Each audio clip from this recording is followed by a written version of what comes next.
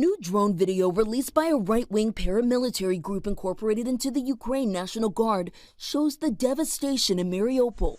The images come as the U.S. formally accuses Russia of war crimes. I want to reiterate our solidarity for the people of Ukraine. We are committed to pursuing full accountability for war crimes in Ukraine. President Joe Biden is in Brussels for an emergency NATO summit where he and world leaders are set to announce a new package of sanctions on Russia and the tightening of existing ones. All of this as the UN Security Council overwhelmingly struck down a Russian resolution that acknowledged the growing humanitarian crisis in Ukraine, but failed to mention the Russian siege that led to the situation. Abstention in the face of Russia's atrocities is unacceptable.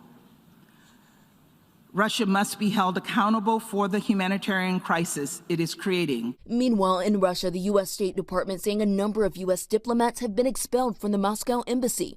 It's Russia's latest retaliatory measure after the U.S. expelled 12 Russians from the UN in New York and said they were intelligence officers. And Ukraine is making progress defending Kyiv, the Pentagon saying the Ukrainian forces have pushed the Russians back to 34 miles outside of the capital, forcing them into defensive positions. That's as Ukraine's lead negotiator now in peace talks with Russia, telling ABC News the talks are real, stressing the Russians want to make a deal, but it could take months. As the unrelenting bombardment continues in Ukraine, in his daily address, Ukrainian President Volodymyr Zelensky calling on the global population to show their support for Ukraine.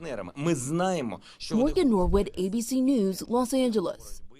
In the last month, NATO is estimating 7,000 to 15,000 Russian soldiers have died.